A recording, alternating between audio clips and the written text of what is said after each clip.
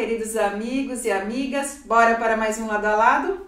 Pois bem, no programa de hoje nós vamos entender melhor como funciona o nosso coração e vamos também saber o que devemos fazer para mantê-lo sempre forte e saudável. Eu converso com o cardiologista Dr. José Carlos Servilha. Bem-vindo, Dr. Servilha. Olá, Mira. Muito obrigado pelo seu gentil convite. É um prazer renovado estar aqui ao seu lado. E um assunto super interessante, porque o coração está sempre no coletivo. As pessoas estão muito preocupadas com o coração, né? E tem razão para isso, né, Mira? Eu é que agradeço aqui a sua presença mais uma vez ao Lado a Lado, né? E vamos então falar aí sobre o nosso coração, porque tem muito assunto e o programa é um só. Claro. Pois não. Doutor, por que é importante cuidarmos do nosso coração, ter essa preocupação de cuidar bem dele? Sim, o coração, primeiro, ele é um único, né? Nós temos um coração, né? Na realidade, Mira, nós temos dois corações, tem o coração direito e o coração esquerdo, que têm funções distintas, envolto, arrumado pela natureza em um órgão chamado coração. Então, mas para efeito, nós temos um órgão, coração. Quando esse órgão, que é uma bomba que aspira e empurra o sangue no nosso organismo, se compromete, dependendo do grau de comprometimento dessa bomba, há incompatibilidade com a vida e a gente acaba falecendo. Por isso que, quando nós analisamos as estatísticas publicadas pelo IBGE, pelos órgãos oficiais, né, a gente observa que a maior causa de mortalidade é do coração. E parece que chega a mais de 350 mil por ano, é isso? É isso aí. A verdade é que a principal causa de mortalidade, quer dizer, qual é a principal causa de morte no Brasil? No Brasil, o ano passado, Mina, nós tivemos 1.400.000 óbitos. Esse foi o número de pessoas que vieram a falecer no Brasil. Felizmente, nasceram 2.200.000 bebês, né? Que, de certa forma, fizeram uma reposição na coluna da nossa demográfica. Mas e desses que faleceram, em torno de 300 a 400 mil pessoas, elas vieram a falecer por infarto agudo do miocárdio, por acidente vascular cerebral, que é conhecido como derrame cerebral, que são as duas principais causas de óbito do nosso país, né? Depois vem as outras causas, a pneumonia, né? As outras causas que levam também ao óbito, mas o coração é a principal causa de óbito em nosso país. E se você permite, Mira, eu gostaria de fazer uma sugestão aos seus telespectadores, aos seus internautas, que visitassem um canal chamado Cardiômetro? Isso, Cardiômetro. Nós estávamos conversando sobre ele. O cardiômetro.com.br é uma coisa super interessante que eu convido os seus telespectadores, convido os seus internautas a visitar, porque esse canal mostra em tempo real quantas pessoas falecem por dia de infarto do miocárdio. Inclusive, agora há pouco, quando nós fomos conferir, estava na marca de 691 pessoas neste dia que nós estamos gravando. Neste dia aqui, perfeito. Então, por mês, por ano, quanto falece, por mês, quanto falece, e por dia, quanto falece. Então, visite cardiômetro.com.br. Inclusive, nessa página da internet, além das pessoas terem a oportunidade de se informar a respeito do andamento dessa doença no nosso país, existem muitas informações preventivas que as pessoas poderão se apropriar e aplicar. E doutor, o senhor estava me falando antes da gente entrar na entrevista que houve um aumento no número dessas doenças do coração há algum tempo, quando houve também o êxodo rural e as pessoas vieram para a cidade, né? Por quê? Isso é um assunto muito interessante. Todo o congresso de cardiologia, nós deparamos com essa situação. Porque o IBGE, em 1930, foi nesse ano que ele começou, foi na década de 30, em 1900, do século passado, que o IBGE começou a fazer os estudos demográficos, que ele começou a contar quantas pessoas moravam e aonde que elas estavam. Foi observado que as pessoas preferencialmente estavam concentradas no campo. Claro que existiam as cidades, porém as cidades não tinham aquela expressão que tem hoje. Hoje a cidade tem uma expressão fundamental, né? E esse fato das cidades incharem, crescerem, foi pela evolução tecnológica, né, que tirou as oportunidades de emprego de quem trabalhava no campo. Então houve a migração do campo para a cidade. Mas quando isso começou a acontecer, o que se observou é que aumentaram as doenças cardiovasculares. Então, em 1930, do século passado, as pessoas faleciam por doença infecto-contagiosa. Tipo tuberculose? Tuberculose, Hansen, não é? Enfim, doenças contagiosas, né? E quando elas deixaram o campo e vieram se organizar em cidade, e as cidades se organizaram, né? Por mecanismos próprios dessa organização, a doença que tomou lugar foi as doenças cardiovasculares. Muito por conta de estresse, doutor? O estresse é um dos fatores. É que a comodidade, né, a comodidade urbana é muito significativa. Então, hoje, eu tenho transporte coletivo, né? Quando nós chegamos à nossa casa, é o controle eletrônico para mudar de canal, nós não fazemos exercícios, existe a competitividade do trabalho, não é? Quando nós vamos, por exemplo, no shopping, o que é o shopping? O shopping é uma organização, não é, que facilita as compras, mas para facilitar mais ainda, tem a escada rolante, não é? Então, a somatória desses todos, o estresse, né, como você mesmo citou, a somatória desses fatores todos acabaram tendo um impacto e recaindo sobre o coração. Então, o sedentarismo aí é um fator de risco, né? Sim. Vamos falar aí de todos os fatores de risco aí para o coração. Isso, olha, você tocou num ponto muito importante, porque o Brasil é o 5º país do mundo mais sedentário.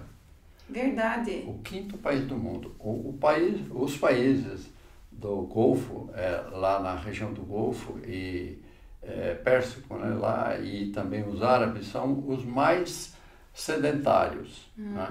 E os mais ativos são os japoneses, são os chineses. O povo chinês, o povo oriental, eles praticam muito esporte.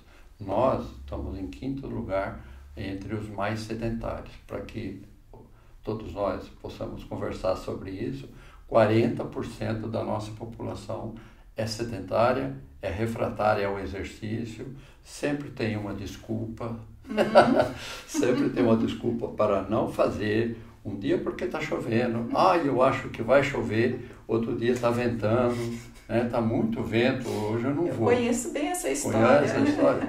Hoje eu não vou porque eu tenho que passar na casa da minha mãe, mas amanhã eu vou. Hoje eu não vou porque meu cabelo está escovado. Está escovado, eu não posso molhar o meu cabelo. Nós, como ser humano, né, nós estamos sempre arrumando um motivo para não fazer. Mas eu quero dizer para você, Mira, é que quando nós começamos a fazer exercício, e a gente tem no começo, parece que as coisas são mais difíceis de fazer o exercício. Mas depois que você pega, né, você começa a deslanchar, você se encanta pelo exercício. E naquela hora, você quer fazer o exercício. E aqueles que desejam fazer exercício supervisionado, não é?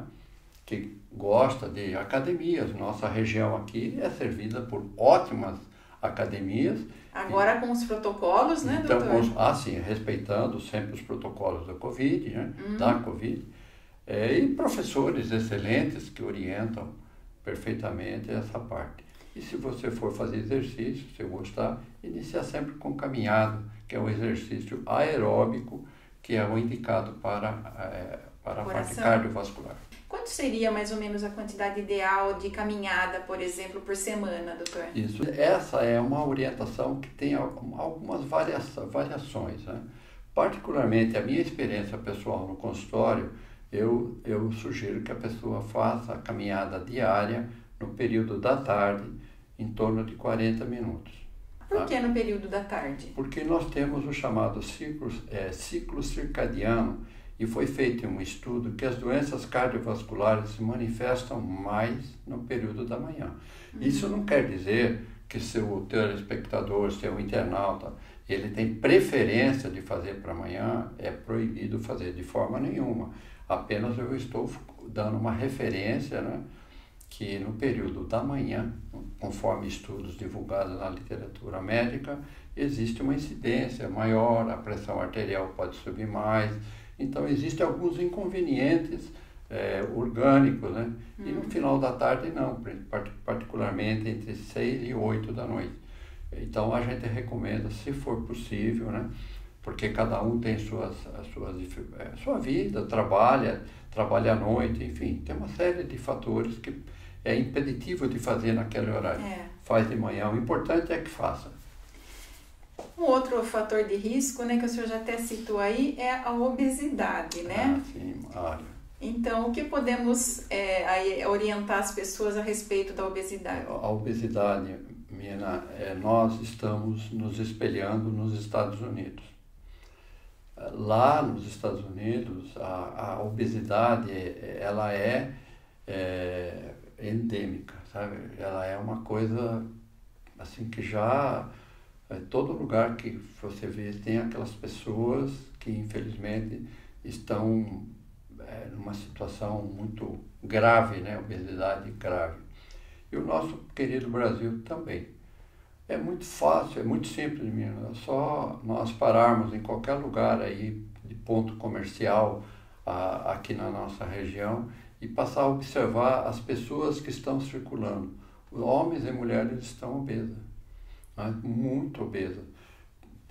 Como referência, a avaliação feita em 2003, né, constatou que 12% da população estava obesa. Agora, em 2019, foi refeita essa reavaliação, essa pesquisa, pulou de 12 para 26. Nossa! Mais que dobrou? Mais do que dobrou. Então, é muito, muito significativo esse número. Por vários fatores, né? Principalmente a alimentação errada, a chamada caloria vazia, né? Que as pessoas acabam, gostam muito de fast food, aquele pão do hambúrguer enorme, aquilo tudo é muito carboidrato, não é, que tem, e as pessoas comem aquilo com um prazer enorme e acabam... e gordura, né, doutor? Gordura tem ainda. Qual seria, assim, uma dieta, bons alimentos para evitar doenças do coração, para manter o coração saudável? Então, Mina, tem um trabalho que não é divulgado pela grande imprensa e que eu gostaria de enfatizar muito aqui no seu programa, porque mais do que uma vez eu tive a oportunidade de dizer que você é uma formadora de opinião. Nós todos somos seu fã de carteirinha, já disse isso para você. Não é? E eu queria aproveitar essa oportunidade que você nos oferece para que o seu internauta, o seu telespectador busque informações na internet. No Ministério da Saúde tem o chamado Guia Alimentar para a População Brasileira. A resposta está nesse guia. Ele é altamente didático. Ele é fácil de compreender, não é técnico, não é rebuscado, com dificuldade para compreensão. E ele tem ali umas explicações fantásticas, né? E uma coisa que nós estamos vivendo hoje é os alimentos ultraprocessados, que são aqueles alimentos feitos pela indústria. Presunto, essas coisas? É o presunto, mas é aquela pizza, sabe, que a turma compra? A pizza, os congelados, não é? Que o pessoal come. Então, a indústria hoje, a indústria alimentícia, os biscoitos, que tem muito sal, gordura, muito sal, gordura trans, né? Tem essa monte várias situações desse tipo. Então, eu tenho conversado com as pessoas no consultório, e eu sempre, assim, de uma forma didática, eu falo para as pessoas, aonde a indústria pôs a mão, tire a sua. Doutor, a redução do sal é fundamental? Sim, o sal é fundamental. Os alimentos ultraprocessados, eles têm muito sal. Muito sal, porque o sal é um conservante. Até tem uma curiosidade que quero contar para você aqui, que o sal, ele sempre foi um conservante, né? Desde o tempo dos romanos, na Roma antiga, no período muito tempo antes de Cristo, e quando chegava no período de pagar as pessoas que trabalhavam para eles davam uma quantidade de sal, para que essas pessoas utilizassem esse sal para salgar os seus alimentos. Daí derivou o nome salário. Né? Então, o salário vem do sal. Mas naquela época as pessoas morriam precocemente de AVC por causa do sal. Então, as pessoas hipertensas, todos nós sabemos que quando vai ao médico, uma das primeiras coisas que o colega faz, quando a pessoa tem pressão alta, fala, diminua o sal da cozinha. Né? Nós temos colonização preferencialmente portuguesa, italiana, né? Que nós estamos ao redor de 20 gramas de sal por dia no nosso alimento, porque nós adicionamos sal. Agora, se nós observarmos os nossos índios brasileiros, né, ou os esquimós, eles ingerem em média 5 gramas de sal. Então, o índio brasileiro não tem AVC, não tem hipertensão. Os que moram no iglu, né, eles não têm AVC, não têm hipertensão arterial. E nós estamos com 20, é muito, Mina. Bastante, né? É bastante. E doutor, associando a essa questão do alimento saudável com um outro fator de risco que é o álcool, né? Tem aquela questão de que se recomenda tomar vinho, que diz que faz bem para o coração. Então, eu queria que o senhor comentasse essa questão. Existe sim, é um conceito, é algo que está na cultura popular. É com frequência que nós somos perguntados no consultório, na rua, a respeito do vinho. O que se sabe é que a uva, particularmente a uva tinta, né? A uva escura que produz o vinho tinto, ela tem na casca substâncias que, quando ingeridas, facilitam ou auxiliam o aumento do HDL. O HDL é conhecido como colesterol bom. Porém, Mina, veja bem, quero enfatizar que é um cálice. Um cálice. É um cálice, não é meia garrafa, não é uma taça. Um cálice por dia. É um cálice por dia, né? Que isso daí poderá contribuir. E aqui, inclusive na nossa região, aqui no nosso país, vizinho do Rio Grande do Sul, tem um país chamado Uruguai, que produz uma uva fantástica, que tem muita dessa substância, é uma uva tinta que produz o vinho Taná. Não é um vinho caro e dá um cálice, um cálice, não é uma taça e não é meia garrafa, um cálice poderá contribuir sim para o aumento do HDL. Já o álcool mesmo, né? A pessoa que toma mesmo muito álcool é outro fator de risco, né? Álcool, drogas. Isso, são fatores de risco, álcool, drogas. Existem drogas lícitas e drogas ilícitas, né, que acabam interferindo no aparelho cardiovascular. O álcool também, né, porque ele é cardiodepressor, ele tem uma atuação sobre o coração. Claro que é dose dependente. Nós acabamos de falar do vinho e o vinho tem álcool, né? Por isso que nós falamos que é um cálice. Porque o vinho tem em torno de 11 a 13% de álcool, em média, 11 a 13%. Cerveja tem 5%, ao redor de 5% de álcool. Os destilados, né, uísque, vodka, é 40%, né? A nossa querida cachaça tem 40% de álcool, é bastante. Então, quanto maior a graduação alcoólica da bebida, na dependência do volume ingerido, isso sim tem um efeito tóxico sobre o coração. Não só o coração, como todos nós sabemos, o efeito tóxico sobre o fígado. Né? Então, o álcool sempre com moderação. Então, doutor, resumindo aí um pouquinho do que a gente falou até agora, aquela caipirinha, não. Aquela linguicinha, não. Aquela picanha. Então, Mina, essa é uma coisa muito interessante que você está tocando, porque nós brasileiros, né, nós somos muito criativos. E é uma criatividade que é invejada pelo resto do mundo, pela nossa versatilidade, não é? Pela nossa capacidade de dar um jeitinho nas coisas. Né? Dar um jeitinho nas coisas para que as coisas fiquem não tão perigosas. Então, é comum, por exemplo, né, as pessoas que convidam você para, olha, Mira, você não quer ir lá em casa? Eu vou fazer um churrasquinho. Mas antes nós vamos tomar uma caipirinha com uma linguicinha. Isso. Não é? Então, é sempre no diminutivo, como se nós pegarmos e falar, olha, vamos pegar uma picanhinha, uma linguicinha cortadinha, não é? Tomar uma caipirinha, uma cervejinha bem gelada. Olha, hoje eu vou lá... Fizesse menos mal pro coração. Parece, né? Eu vou tomar um chopinho, você quer tomar um chopinho comigo, né? Então, esse diminutivo, ele reflete que a pessoa sabe que aquilo que ela está fazendo não é uma coisa saudável, perfeito? Mas parece que, colocando no diminutivo, torna-se não tão agressivo. Né? E as pessoas acabam... É o jeitinho brasileiro, como o senhor falou. Jeitinho brasileiro.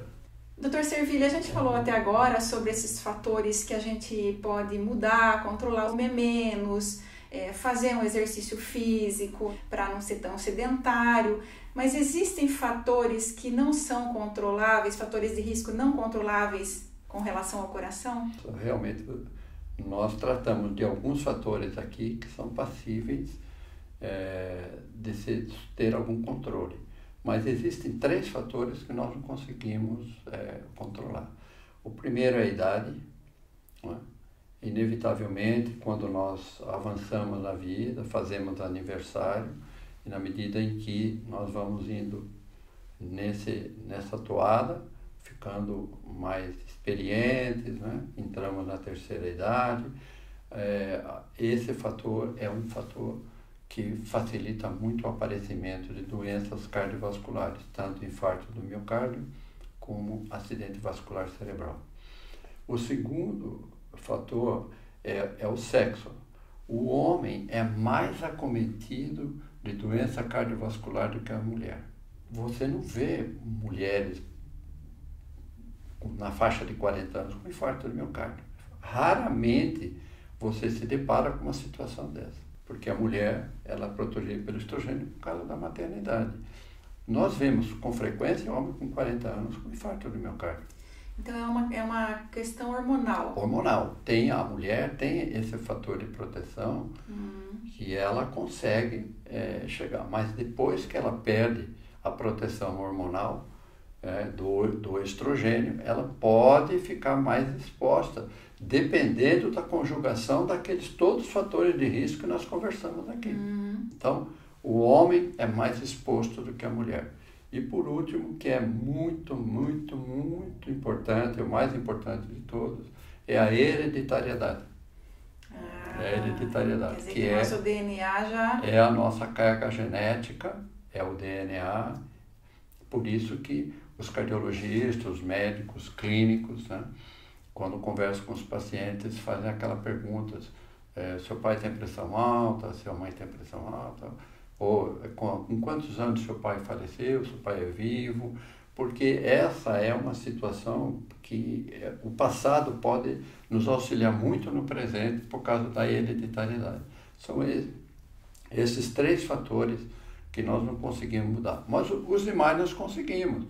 Porque podemos controlar a pressão, podemos emagrecer, diminuir o estresse, a competitividade, não é? Controlar o diabetes, emagrecer, fazer exercícios, são coisas que estão ao nosso alcance e dependendo do nosso empenho e vontade, nós conseguimos superar esses fatores. Mas o sexo, né? Homem, segundo, a idade, terceiro, hereditariedade, não tem como. E doutor, quais os sintomas que indicam que a gente está com algum problema no coração e que a gente deve procurar o médico? Sim, existem várias doenças que acometem o coração. A principal delas, conforme nós falamos, é a chamada doença isquêmica do coração, que é aquela que leva ao infarto do miocárdio, né? Que é a principal causa de óbito no Brasil. Quando há manifestação dessa doença, que muitas vezes ela é súbita, inesperada, por isso que se fala ataque cardíaco. Ataque cardíaco. O ataque porque a pessoa ela tem a sensação de que realmente ela foi atacada, porque subitamente ela tem dor no peito, com uma variação de intensidade, né? Essa dor, ela poderá se irradiar ou não, não é? Segundo, ela poderá vir com outros sintomas juntos. Por exemplo, a pessoa fica pálida, começa a suar frio, certo?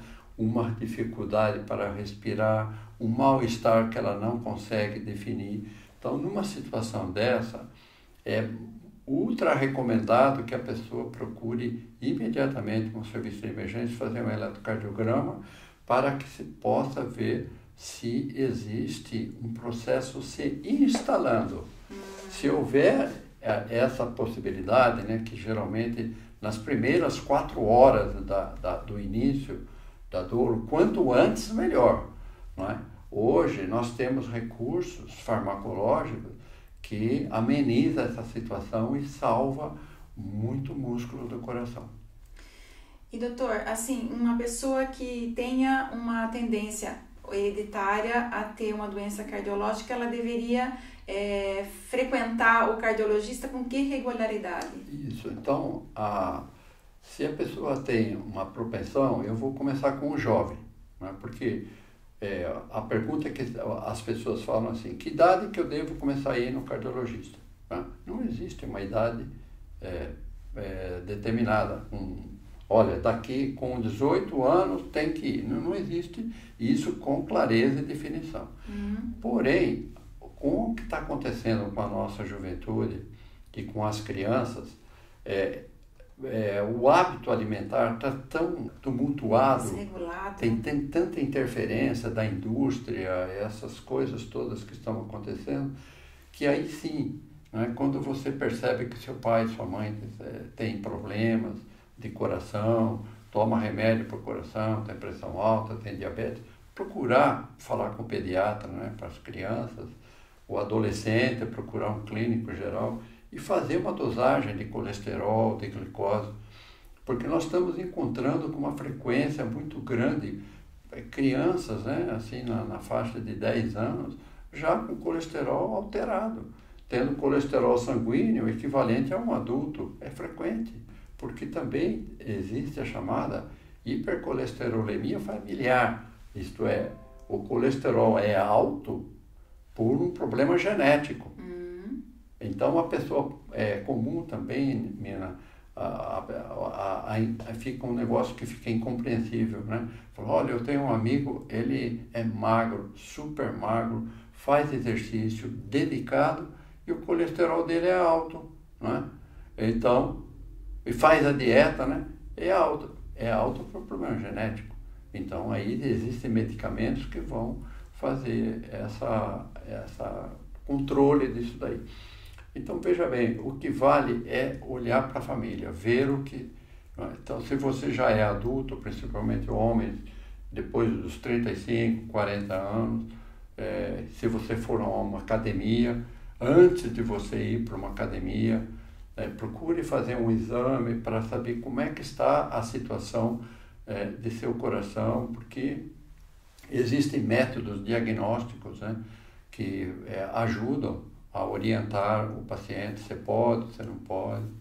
Quais são os principais exames que ajudam o cardiologista a dar o diagnóstico? Claro, tem muitos exames, que é o chamado métodos gráficos em cardiologia.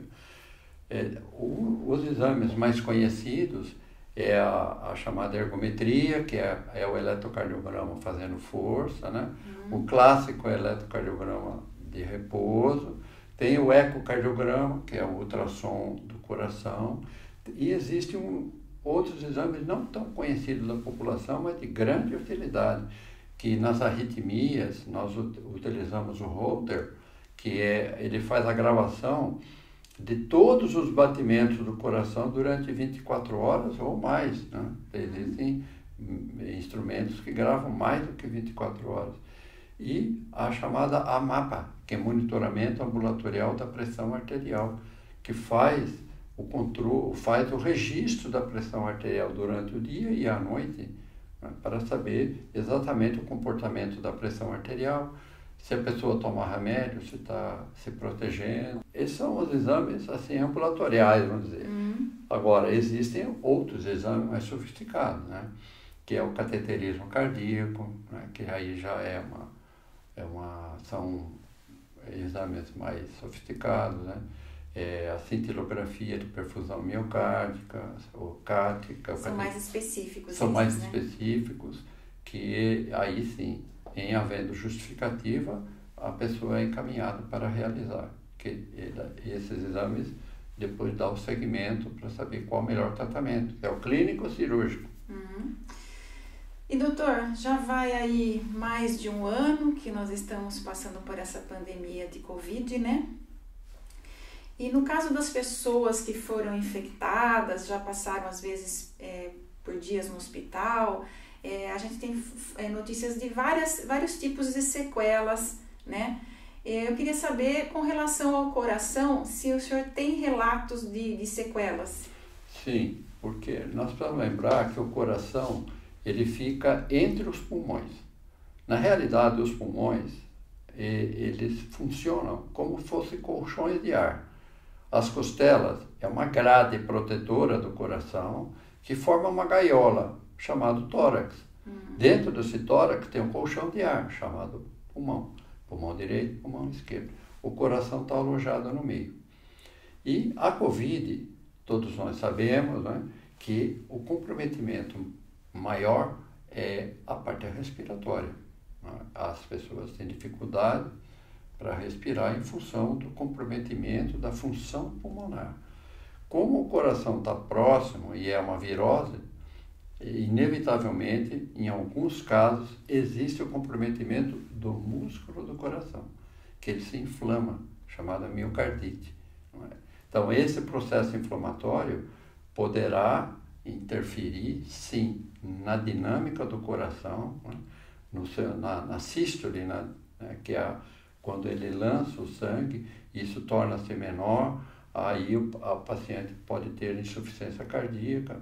Mas nesse caso, a gente vê mais na unidade de terapia intensiva, como uma das complicações importantes da Covid. Então, quem já tem uma doença cardíaca tem que tomar 2 vezes mais cuidado para não pegar Covid, né? Então, os pacientes, vamos aproveitar mais uma vez a nossa comunicação e solicitar aos pacientes, sabidamente, cardiopatas, aqueles que estão sendo acompanhados pelos nossos colegas cardiologistas, não é? Que se protejam, não é? Usem a máscara é fundamental. E atualmente, Mirna, a recomendação está sendo para que nós devemos usar 2 máscaras. Não é? A N95, que é aquela bico de pato, que a gente fala que é o bico de pato, né? Aquela N95, é uma máscara muito protetora, e sobre ela, essa máscara convencional que nós usamos no dia a dia. Né? Essa é uma recomendação para aumentar a proteção. Né? Mas não vamos esquecer da higienização das mãos, né? do álcool em gel. Não vamos esquecer da higienização de nossos objetos, né? Por exemplo, óculos, que está sempre conosco, não é? O celular que nós manuseamos, o computador, o tablet, procure higienizar com álcool para que não haja possibilidade de contaminação. E um fato importante e que é frequente, e a gente como médico, a gente olha, vê isso com frequência, as pessoas colocam muito a mão no rosto e nos olhos. E pega a Covid pelo olho também, né, doutor? Certo. Então, a mucosa, né, a mucosa ocular é uma das portas de entrada. A porta de entrada do vírus não é somente o orofaringe, a boca, a garganta, ele é preferencialmente por esse meio, né? Por inalação de gotículas, né? Onde o vírus se encontra. Mas tem que lembrar que a mucosa, né, dos olhos, ela é uma porta de entrada importante, que as pessoas poderão se contaminar através disso, né? Então, não colocar a mão nos olhos, evitem. Se for necessário, procura pelo menos um papel, um lenço, né? Um lenço de papel e depois descarta e lava as mãos.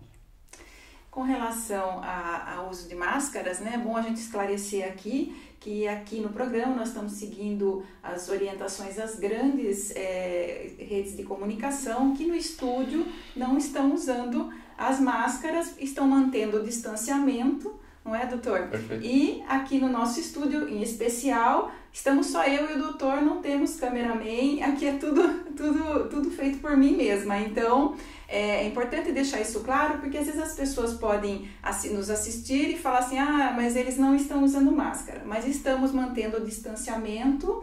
E aqui no nosso estúdio, só nós dois, né, doutor? Perfeito, correto. Então, doutor, para terminar aqui a nossa entrevista, eu queria que o senhor deixasse um recadinho para as pessoas sobre a proteção do coração e a proteção também contra a Covid. Contra a Covid. Como uma mensagem final, Mina, esse é um assunto muito extenso e quero cumprimentar você por sua iniciativa, né, que isso aí... Quanto mais nós falarmos sobre isso, melhor para que as pessoas se previnam de doenças do coração. Então, como o assunto é muito extenso, é muito variável, tem muita coisa para ser vista, lida, praticada, analisada, eu quero fazer uma sugestão para que os seus internautas e telespectadores acessem 2 sites. Poderá ser a www.cardiol, né, de cardiologista, cardiol.br, não tem como. Não tem como. Esse canal é da Sociedade Brasileira de Cardiologia. A Sociedade Brasileira, ela mantém um canal específico para o público interessado em informações preventivas, né? Então, isso que nós estamos discutindo aqui, lá está disponível com várias coisas, inclusive com receitas, sabe? Tem muita coisa para ser vista ali. E além desse, tem um outro canal interessante, que é da SOCESP, Sociedade de Cardiologia do Estado de São Paulo.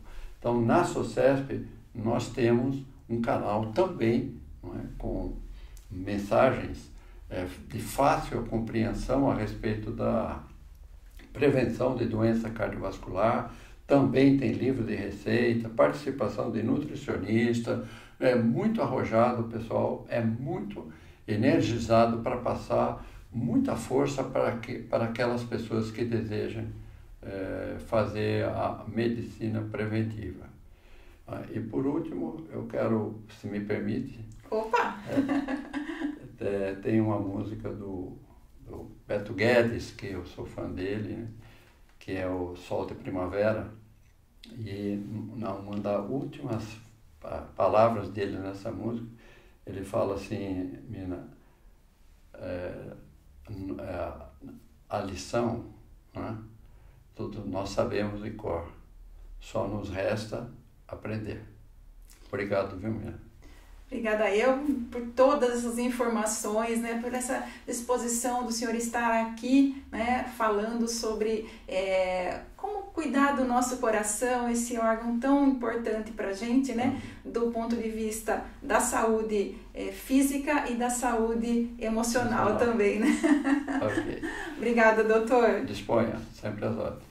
E obrigada a você que nos acompanha pela ITV, canal 24 e 524 da NET ou pelo YouTube. Você sabe, a sua companhia é sempre muito importante para mim. Espero você sexta que vem. Beijo no seu coração.